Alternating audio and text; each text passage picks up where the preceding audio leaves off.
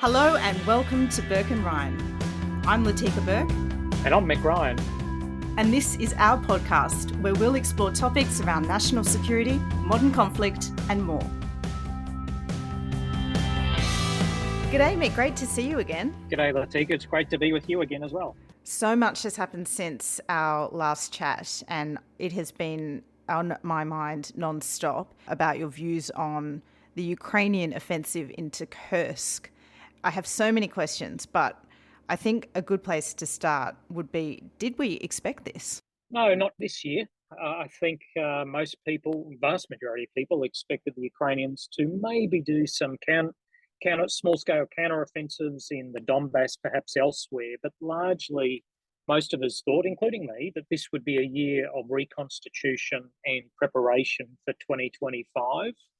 But I think that the Ukrainians have used that. That's what the Russians expected. It's what Europe and the United States expected. But the Ukrainians also know that Russia isn't going to change its strategy or its objectives. Europe and the United States are very unlikely to change the level of support for Ukraine. So there's only one country that could change the status quo of the war to bring it to a more rapid conclusion, i.e. a Ukrainian victory, and that's the Ukrainians. And I think this offensive is their big swing in an attempt to do that. Okay, let's talk about the nuts and bolts of their actual offensive. What impressed you most about how they were able to punch this hole through into Kursk? Firstly, they demonstrated a level of learning since 2023's counteroffensive. It's very impressive. There's probably about a dozen elements of the Ukrainian 2023 counteroffensive that failed that they fixed up for this. Whether it was about telegraphing where and when it was going to occur, strategic expectation management, the use of experienced combined arms brigades rather than inexperienced ones, the speed of execution, the shock that that's generated, the ability to break through Russian defences. There's all these things that they've demonstrated learning. So that's one big thing. Secondly, the level of deception they've had to engage in from the tactical level all the way to the political level is very impressive, extraordinarily impressive. That would have been very difficult to coordinate. It would have been extraordinarily difficult to keep people disciplined in their messaging because there, would have been people pretty excited about this. And then the third thing, not surprising, but always impressive, is just the drive, the elan, and the professionalism of the Ukrainian soldiers that have been involved in this offensive. The 80th Brigade, the 22nd Brigade, the 82nd Brigade in particular, not only have executed the break-in and breakthrough and exploitation very well, but they've done it by treating Ukrainians with respect and Russians with respect in the areas that they've occupied, which is totally at odds with how Russia behaves. And indeed, President Zelensky said in one of his nightly speeches, we must fight by the rules in Kursk, and that's extraordinarily important to project legitimacy for Ukraine, but also protect the souls of their soldiers as well. What's the point of this offensive? I mean, obviously it's a strategic and morale win, but what's the long-term gain? Are they trying to gain Russian territory with the view of holding it? Or what are they actually trying to achieve long-term with this offensive? Ukraine's not after long-term retention of Russian territory here. And I'd start just with the explicit objectives that President Zelensky has described. Bring the war home to Russia, which is a political problem for Putin. That's an objective. To create a buffer zone. That is also a political problem, but also gives Ukraine an additional negotiating leverage if it's forced into negotiations anytime soon. But also to force the Russians to reposture in Ukraine. Now, most people look at this and say we want them to draw forces from the Pokrovsk and Touretsk axis of events. That is true. But more broadly, these kind of offensives force your enemy to reposture across the board and reorganise its forces and draw forces from areas. Now, the Ukrainians will have been watching this right from before the offensive. They will be watching for where the Russians have created other vulnerabilities that Ukraine might be able to target in the short or medium term. And who knows what else they might have up their sleeves to create other significant strategic and operational problems for the Russians in the near and medium term. And what is your assessment of how well or not Russia has been able to respond to this? Putin's shown his normal kind of response to these kind of shocks, which he kind of disappears for a while. He engages in a bit of strategic sookery for a while. That's a new term I just invented. I like it. I think you should trademark that one too, Mick. He's got such a tight grip on the national security system that a lot of people just don't appear willing to make any actions without going to him. So it slows down reactions at every level. Complicating things, there's been a recent command and control change in Kursk. We've seen the open source reporting about Lapan also disestablishing a coordinating body where the military and civil and other security authorities would coordinate defence of the region. That's gone away. So the whole command and control construct for the Russians was in a state of flux. The Ukrainians have exploited this really, really magnificently. What we don't know is just how long and how much the Ukrainians intend to hold on to some of this territory. They're certainly taking a risk by doing so. But, I think a lot of Western countries have forgotten what it's like to be this audacious, to take these kind of really interesting risks for a big return. We just haven't been doing that since the end of the Cold War. And I think that's why this has come as such a shock to many people. Do you think Ukraine is in any position or ability to hold on to this territory for very long? I don't think it'll want to hold on to all of it. If it does hold on to some land, I think it'll hold on to a strip or a buffer zone that's contiguous with its border, probably so that it can cover it with air defence, EW, with its drones, with artillery and these kind of things, and on terrain that's more easily defendable and much harder for the Russians to take back. So it could, force the Russians to make some hard decisions about committing large forces to kick them out if the political pressure on Putin gets to a level where he feels he has to do that. I don't know that he's there yet. I don't know that he feels any threat to his regime. And whilst Russia currently holds 18% of Ukraine's territory, we should remember that 1,200 square kilometres of Russia is a very, very, very tiny percentage of Russia's overall territory. Now, when I saw this offensive advance, my immediate thought was Ukraine wants out. Ukraine wants to end this war sooner rather than later because they can see what's coming down the pipeline in terms of US support fading, even if it's not necessarily a Trump victory in November. Is that your conclusion as well, that they have just bought themselves an immensely powerful bargaining chip and now they've got something they can play and put on the table? Yeah, but I don't think that's new. I mean, I think Zelensky has always wanted to end the humanitarian suffering of his people, but to do it in a way that's just and secures Ukraine's sovereignty for all time. This is just, I think, a clever strategy to help them achieve that. And there's, both humanitarian and strategic imperatives for us to help Ukraine defeat Russia in Ukraine. I'd really hope that Western politicians can relook at our current strategy and embrace that approach rather than just pattering out this will help Ukraine defend itself for as long as it takes. That is a strategy for defeat, unfortunately. All right, Mick, that is pretty much all my questions on Kursk for now, but I think by the next time we catch up, we're going to have even more to talk about on that. I know you're watching it like a hawk and I've been reading your Substacks on it and they're just a brilliant resource. But for now, we have a very special guest joining us on the podcast this week. Yeah, it's great to have with us today Dr Ben Tallis. He's a leading security and foreign policy expert, currently resident in Berlin, but a graduate of universities in Manchester, Sheffield and Bath. And I'll be interested at some point to talk to you about how you ended up in Germany, but maybe not for this podcast. Ben's done a lot of stuff and I've had some great conversations with him, but he most recently led the Action Group Zeitenwende for the Council on Foreign Relations in Berlin, which is one of the big two think tanks in Germany. And I'm looking forward to catching up with Ben when I visit there in a few weeks' time. But today we have the opportunity to have a conversation with him. So welcome, Ben. It's great to have you. Thanks so much, Mick and Latika, for having me on. It's great to be with you and continue our long-running conversations. Well, mate, there's a bunch of things that Latika and I want to talk to you about today. But first, can I just ask you very quickly? I mean, what brought you to Germany to work in international and domestic security issues there? Sure. Well, I'm a Brit, but despite that, I've managed to spend most of my life living on the continent in various ways. And I used to work for the EU on security missions in the Balkans and in Ukraine, but that's 20 years ago now. It's where the start of my fascination with Ukraine and interest in Ukraine came about. But after that, I went back into academia, went back to the UK for a bit, as you mentioned, studied at some of those universities you talked about, and then undertook a lot of research on Central Eastern Europe. And as part of that, I came to do field research in the Czech Republic, where I'd also lived previously, briefly, for studying, and stayed there and eventually got a job at a think tank, then advising the government there in Czech Republic. And obviously, Czechia's biggest neighbor is Germany. So you have a lot to do with German institutions.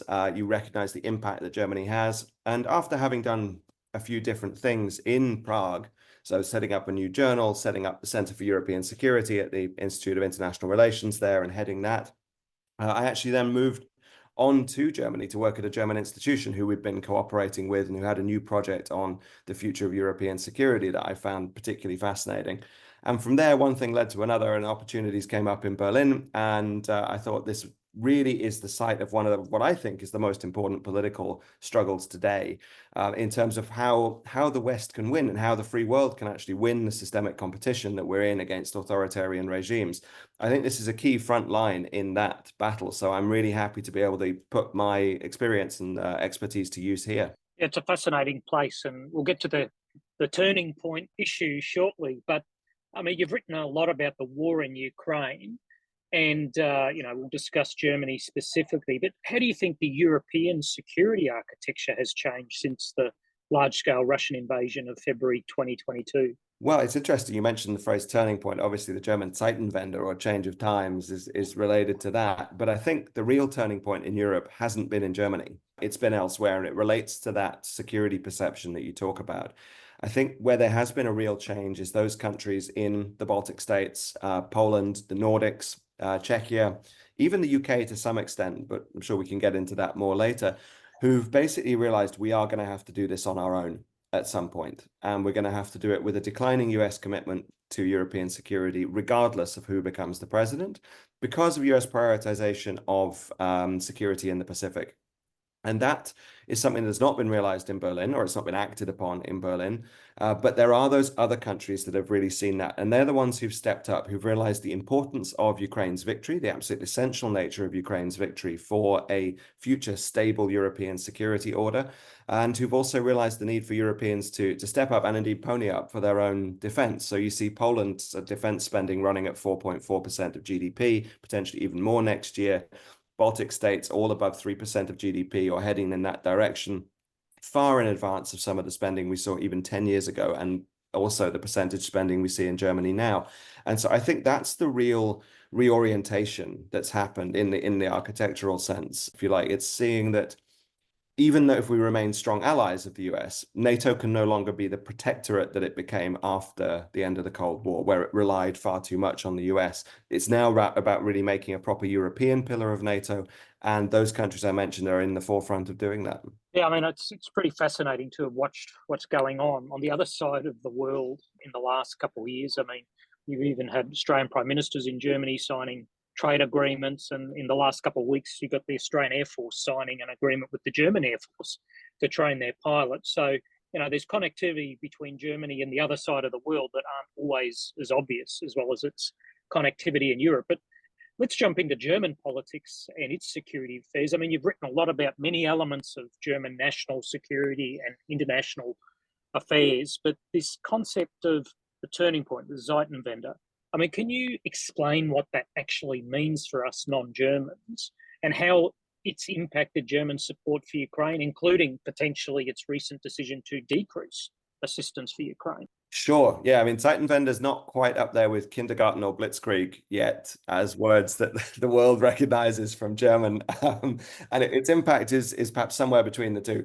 The Zeitenwende was announced by Olaf Scholz as a loose translation, historical turning point, or an epochal shift. that he saw as being occasioned by Russia's full-scale invasion of Ukraine. This was that massive shift in the European security order. Others have argued it was more Germany's awakening to that, which others had already seen. They'd already seen an aggressive Russia with its revanchist tendencies in relation to Georgia, in relation to Crimea in 2014, the Donbass from 2014 onwards. But this was when Germany seemed to finally wake up. And so in a speech to the Bundestag, in a special session on a Sunday, and Germans don't like to work on Sundays, because so I can assure you this was something special. Scholz gave this speech saying, this is a historic turning point, a Zeitenwende, and we need to respond. And it's that response to the historical turning point that's also become known as the Zeitenwende. And it had 5 key aspects. The first was support to Ukraine in its struggle for freedom and democracy, as it was framed. Second was basically getting off Russian gas and ending Germany's energy dependency on Russia. So that's diversifying its sources of energy supply. The third was a tougher approach to Russia and to authoritarian regimes and the threats they present to democracies more generally. And then the fourth and fifth were related to that, which were a strengthened role for Germany in the EU and NATO, or a stronger role for Germany in strengthening the EU and NATO along the lines I mentioned before. And then lastly, actually bolstering Germany's own long neglected defense. So Germany was a notorious laggard, free riding on the security provided by others, massively underspending to the order of some 600 billion euros, some experts estimate, since the end of the Cold War. And this announcement came together with a special 100 billion euro Sondervermögen, or special fund. That's a German word that's never going to catch on anywhere else, with good cause. And that was supposed to anchor this rearming of Germany. And Scholz made some pretty ambitious claims there, saying that they wanted a cutting-edge, progressive Bundeswehr that was the largest in Europe and that was capable of defending Germany. And he subsequently said things like Germany would act as a security guarantor for Europe, prompting many experts, myself included, to ask, with what? And unfortunately, this is to get to the crux of your question.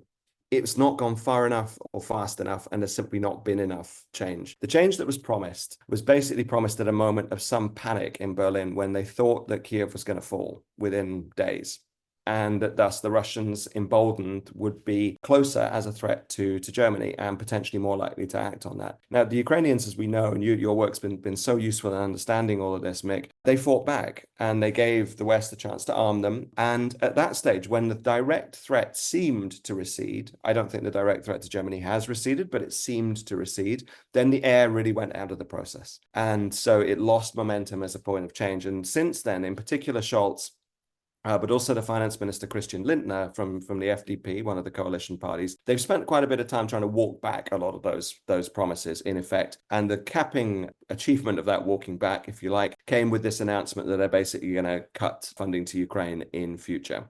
That just came out over the last weekend. Yeah, I mean, most countries, hope for the best but plan for the worst. You certainly see that in Poland with its very impressive build-up. But it appears now Germany's assumed a hope for the best, plan for the best kind of national security posture, which will be interesting to dig into more.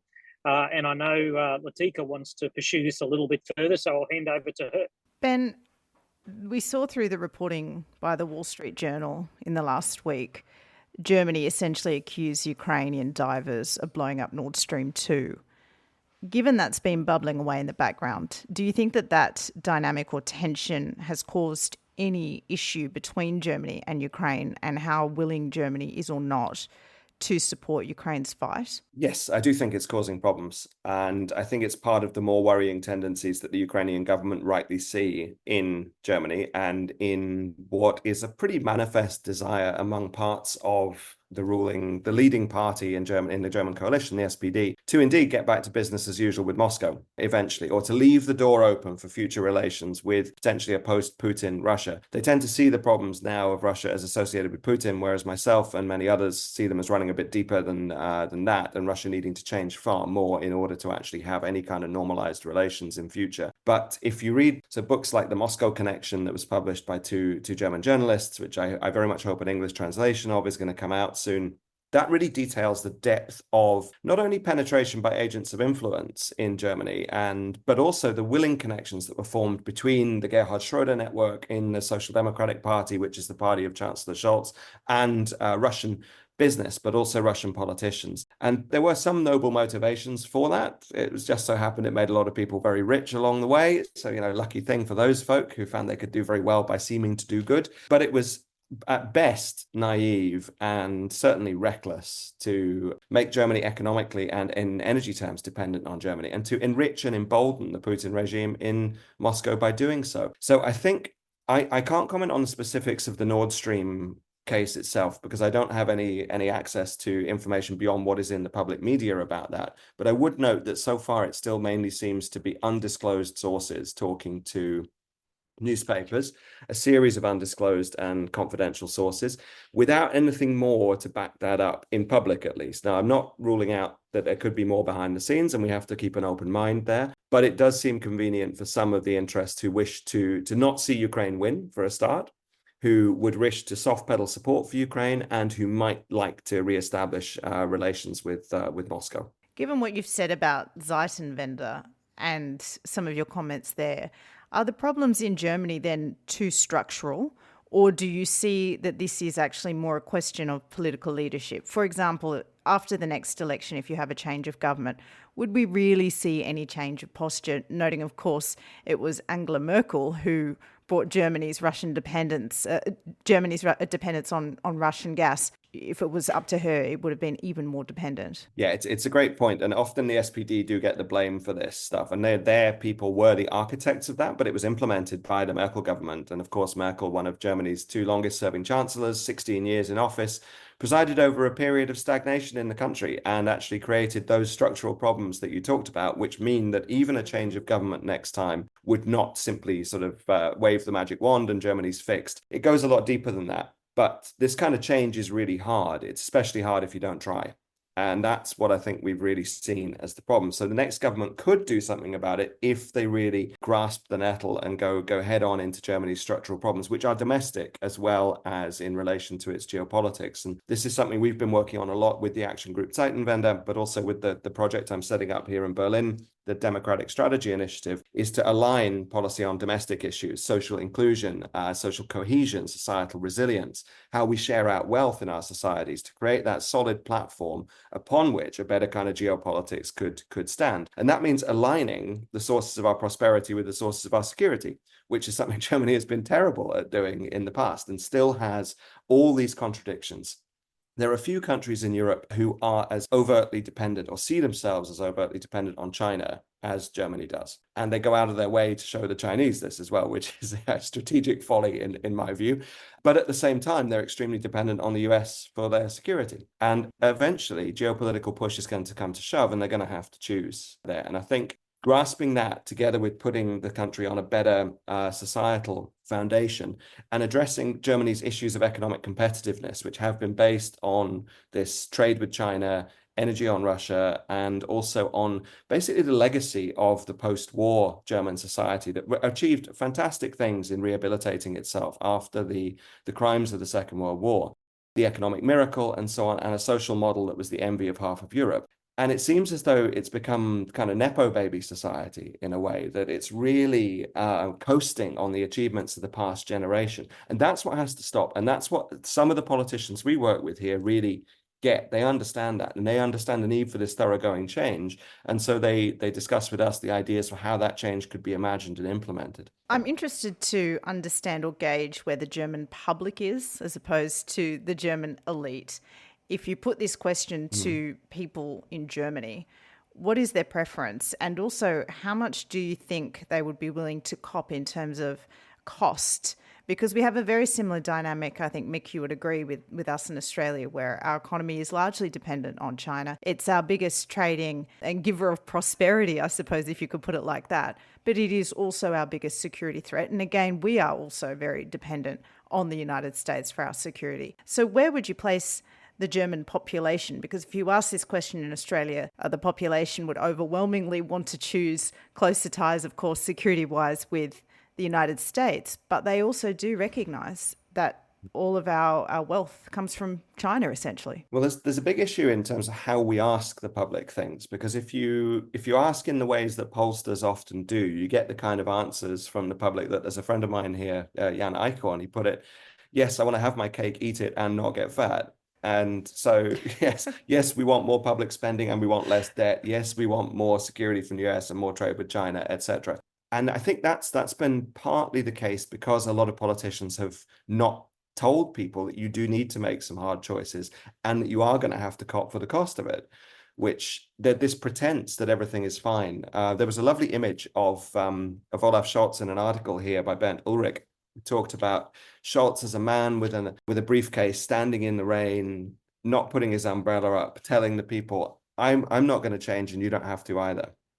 And this notion of him being really stuck in the past and stuck in that world, which Germany did very well from, even though it was storing up trouble for the future, that is the real problem here. And the question of leadership and the question of public opinion are intimately connected. So without a compelling vision for the future of German society, we see this drift into populism, where people are basically saying the past, an imagined past, was better because they don't see a compelling vision for the future, but also because they're not being told you have to make hard choices. And because there's not a clear position, for example, on Ukraine, then public support tends to fluctuate. And there's not actually that clear message from a leader. And this is something that Mick's written about compellingly in all sorts of places, being able to put that case clearly to the public and then drive public opinion behind that.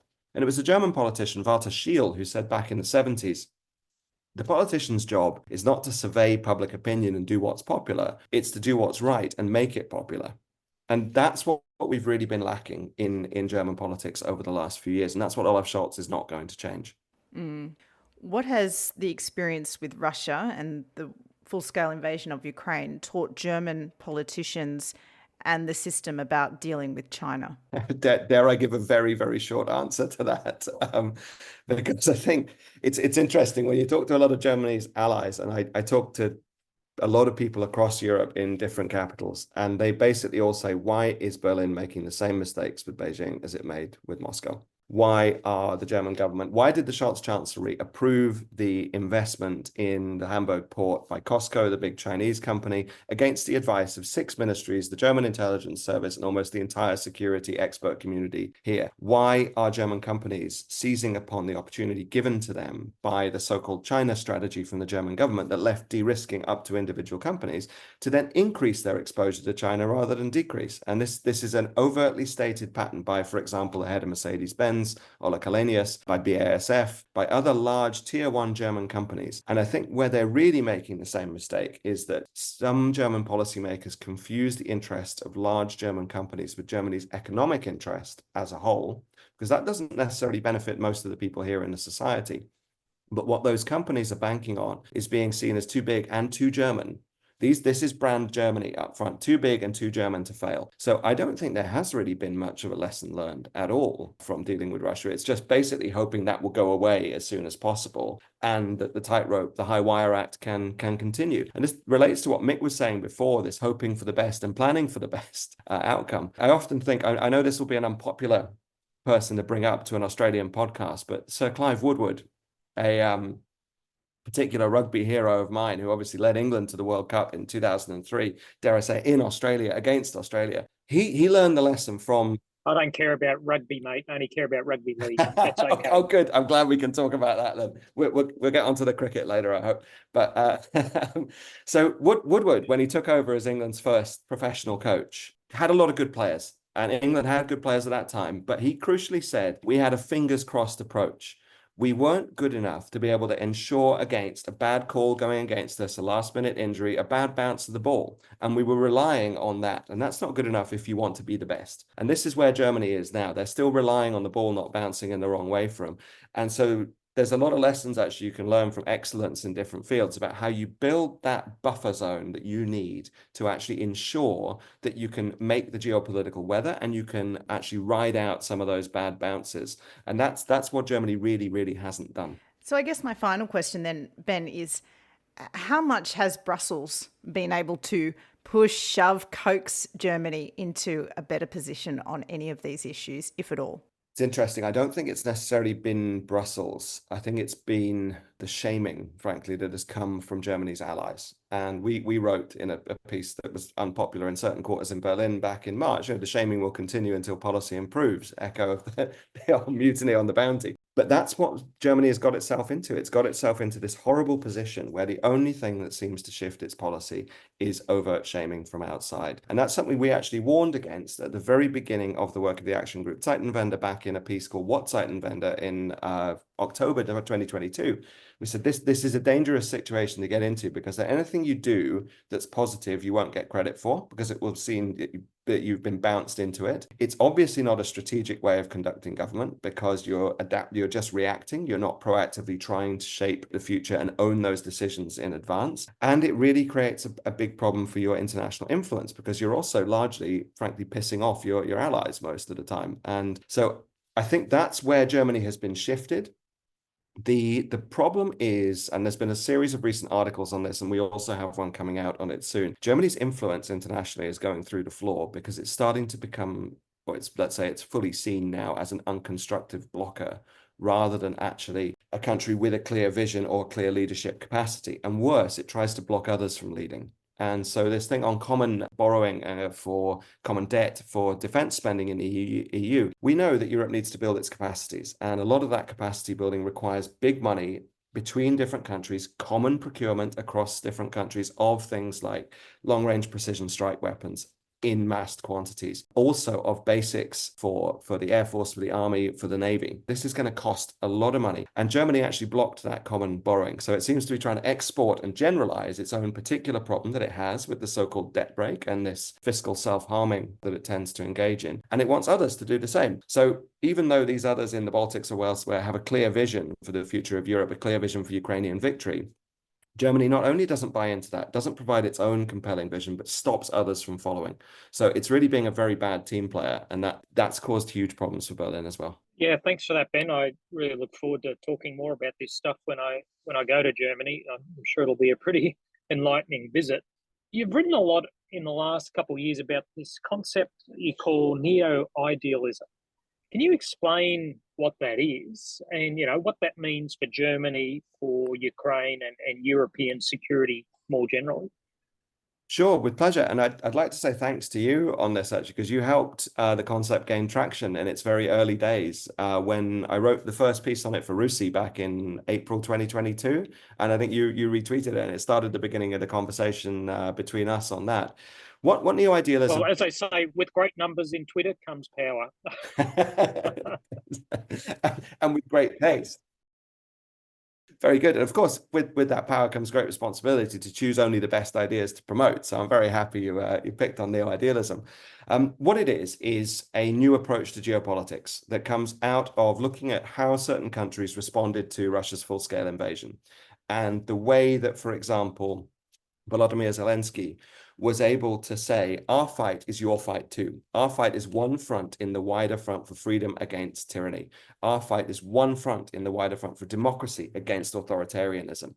And to see people stand up and fight for that in Ukraine was one thing. To see it then also taken up in the rhetoric from leaders like Kaja Kallas in Estonia, Gabrielius Landsbergis in Lithuania, the way they justified their huge amount of support they've given in material terms on moral grounds, on saying this is about our freedom, this is about human rights, this is about the rule of law, this is about the kind of world we want to live in. And when Zelensky addressed Congress, the US Congress in December 22, and he said, this is indeed about the world our grandchildren will inherit. Is it a world of freedom, or is it a world of tyranny? So what I tried to do is to draw out from that some common elements that these leaders were actually putting forth, and to say, I think this could form the basis of a new approach to geopolitics and international relations, which is better than the alternatives out there. And the alternatives I'm talking about in particular would be so-called realism that we've seen from people like John Mearsheimer, which is basically might makes right. And while that might be true on Twitter with a number of followers, it shouldn't be true in the rest of the world, because what it does is authorize things like spheres of influence that would allow Russia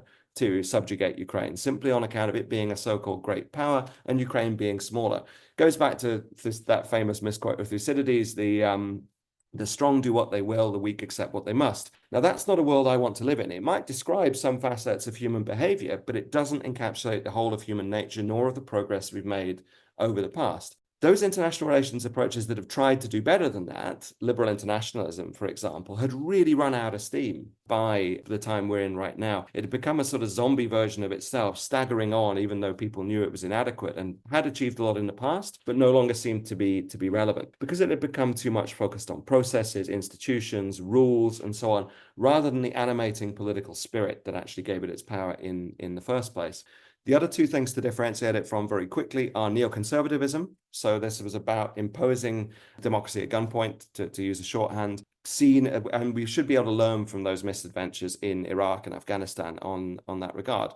And also, the last one would be restraint, which sees very little use for power, positive use of power in the world. So that's kind of coming from the American school of international relations, with a lot of people saying we should really retrench and withdraw and retreat into ourselves and not try and influence the world for the better. I say no. I say we can do better than this. And it's by doing better than this that we will actually secure our future. But how do we do that while still learning the lessons of neoconservatism, not giving into realism, and not making and reanimating, if you like, liberal internationalism in a proper way? So what I did was put it together as a morally grounded approach to geopolitics, which actually situates our values, liberal values, at the core of that, and says if you pursue your values as your interests, then the rest is going to basically take care of itself. But there's a lot of work building back from that in order to align domestic and foreign policy, to align economic and security policy.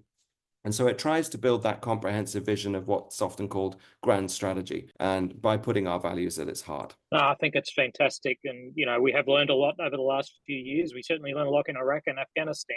Whether we're actually heeding those lessons or even the lessons of Ukraine at the moment is another question. And I see a lot to give me pause that we're actually not learning them. But hopefully more humble and clever people will prevail in the coming months and years, and we will start learning them. I'd love to talk more. I know Latika would have a lot more questions for you, but we're going to have to draw this to a close. But before we do, we have a bit of a tradition on the show where the guest gets to ask each of us one question. So if you'd like to shoot a question at Latika, and then I will attempt to answer them. Cool.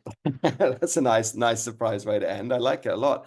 So I would actually ask you both, from your different standpoints, where you work and different professions that you have, what are the most important ways in which Europeans can build better cooperation with Australia? There's a couple of areas. Firstly, it's this strategic narrative of why European security is important to Australia. I think that's entirely missing now. I mean, you might see an Australian leader visit Europe every couple of years. We've seen the defence ministers step across the line very quickly into Ukraine at Lviv and then step back across just as quickly, instead of doing what everyone else does, is go to Kiev. So I don't think there's a perception in many elements of politics and many elements of our community that Europe is still important to Australia, even though the heritage of many Australians is European, and that European economic prosperity is linked to our own. I mean, China's important, clearly, but so's foreign direct investment from many European countries, which far outstrips China's. So I think that's a really important part. So I'd like to see that done. But there are some things we are seeing done. I mean, I think European countries are engaging Australia in ways they haven't since the Second World War, with military visits, annual national security talks that we've never had before. I mean, I was in Darwin, and we recently had an Italian aircraft carrier up there, which was pretty exciting for the locals. And, we have German and British and other countries coming down more often than we ever expected. So, I think there's some things that are going well, but I think the big strategic idea of why Europe matters to Australia still, and I think it does, is kind of missing in the debate. Wow, that's so interesting, because it echoes, many of the debates we have here. Sorry, let it go over to you. No, I really agree with that, Mick. I think there's some really good points. I think on the progress front, Australia could actually be doing a lot more to engage Europe. And I think one of the things that the Australian government could do is copy the British model of having subordinate foreign ministers, because we're a long way from anywhere. We're a particularly long way from Europe. And I know that every time I board my plane at Heathrow to head to Australia, it is a long way, and it's a huge requirement for Australian ministers to get here all the time. But we do need to be here. And if you look at AUKUS, for example, that's a great example of where distance has not been any sort of barrier to our fundamental conceptualisation of who we are. what we're fighting for and what we're trying to secure together for our joint benefit. So I think Australia could employ a Europe minister. I also think they should employ a AUKUS envoy, ambassador, minister, whatever they want to call it, but somebody very dedicated to that role whose job it is to engage governments on not just the submarines, but on the second capability that we're trying to grow together, which is weapons capability, and where we can join in other European partners on that. The second thing I would say, and this I think is more Europe's responsibility, I think Europe does need to come to the table on trade. I was very surprised to see just how strong the French farming interest was in scuttling an entire Europe-wide deal, a trade deal last year. And subsequently, Europe and Australia have signed a critical minerals agreement, which is really the strategic core of this. You know, our strategic interests are not in selling beef to each other. CC Emmanuel Macron. Our strategic interest is trying to shore up what Australia has plenty of, and that is those critical minerals designed to get us to net zero. And I was really disappointed to see that there could not be, even in this climate, an agreement on a trade deal. So I do think Europe needs to be more open to trading with jurisdictions it has not previously been open to trading with, because the circumstances call for it. And it also sets an example to some of the non-aligned countries that actually we're open for business. Yes, we do want you in our corner, and that does mean sometimes a few sacrifices on our part. And I think Europe does need to pony up on that front. That's so interesting. Thank you both. I learned a lot already there, but I'm happy to hear that it actually jives with a lot of the ideas we have for going forward for things like friendshoring and how we actually make it work between like-minded countries, doing more business with those we share values with. And that has to have real meat, not beef perhaps, but real meat behind it to actually make it work. And I think the point about critical minerals is so well made, because at the moment, not only are we dependent on China for a lot of this stuff, we, because of our capital markets sector, are paying for rather than profiting from the green transition. And this is a mistake that we're making across different parts of the West. So I think we could really learn that. And I would love the idea, some kind of super ambassador from Australia based in Europe, who would be almost a junior minister level, to actually be able to coordinate that cooperation. I think would be a super idea. Yeah, I think we could almost do a whole podcast just on the ideas that Latika raised then. I mean, Department of Defence has a cricket team of junior and assistant ministers. I mean, we already have this concept in our system, and it makes a huge amount of sense for our Department of Foreign Affairs to have people in those kind of positions as well. So you wouldn't even have to copy the Brits, which might make it slightly more palatable at home. And, you know, Ben, just on the critical minerals point, it's also imperative for Europe, but it's also imperative for Australia. So I've looked up the statistics, and there was 1 month where Australia sent 97% of its lithium to China. I mean, we too are making the same mistakes with our resources that we made on coal and on iron ore, which is we send the bulk to China, we have one trade partner, and after the pandemic and the economic coercion that the CCP imposed upon Australia, there's no excuse.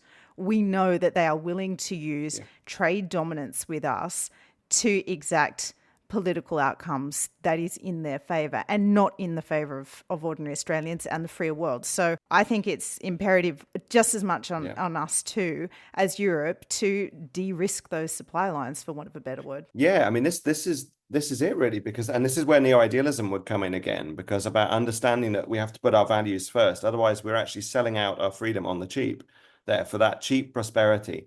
And to getting over that, we have to accept there are going to be costs to doing this. And this is where every economist comes to me and says, well, but it's going to be 3 times more expensive. I say, but what's more expensive in the longer run? What's the real cost there? And what is this worth? What is the value worth of it, rather than this pure economic cost? But if there are going to be costs, what I think then it's incumbent upon us to do is to be able to say those aren't just costs, those are investments in our better future. So it's not just about continuing the status quo, which many people in our countries feel is inadequate for them. It's about really giving credible hope for a better future that we based on these higher costs as investments in that. And that's the challenge which we have to actually bring together if we're going to motivate people to get behind this. And the last point I'd make, which goes back to your question about German public opinion, What we see from polls is that there is fluctuating opinion on these kind of issues. There's about 1/3 who's, for example, want to do more for Ukraine. There's about 1/3 who could be persuaded either way, and 1/3 who think Germany's doing too much. But when you dig a bit deeper and you do focus group research of the kind that we've done recently with Germans around the country, they're really concerned about these big issues. They're concerned about economic dependence on China. They're concerned about the war on Ukraine. Most of them don't know what the Zeitenwende is, which tells you something, the change, so-called sea change in German policy. But what they're crying out for is clarity. And they're crying out for leadership that would actually grasp with these issues and show that we're capable of dealing with them, because that failure to deliver from government has also been a key undermining factor for our democracies. So there is a political market for those who are willing to be bold and seize the future. As always, we've exhausted our time, gone over, and we're still left wanting to talk for another hour, which I think is a good place to always leave a podcast. Benjamin Tallis, thank you so much for joining us and giving us all your thoughts. You're a brilliant guest to have. Thank you. Yeah, that was excellent, Ben. Thank you so much for your time. Really appreciate it. Learned a lot from you as well as Latika's questions, as always. You can see why I partnered up with Latika. She's bloody brilliant. Oh, it was a real pleasure. Great to talk to you both. And Mick, I'm looking forward to seeing you in Berlin, and Latika in Prague next week for GlobSec. I will see you at GlobSec. Thanks for having me on. Thank you. And that was Benjamin Tallis. You've been listening to Bourke and Ryan with Mick Ryan and me, Latika Bourke. Thanks for your company this episode. If you like this podcast, please do review, rate and share, and subscribe to our Substacks.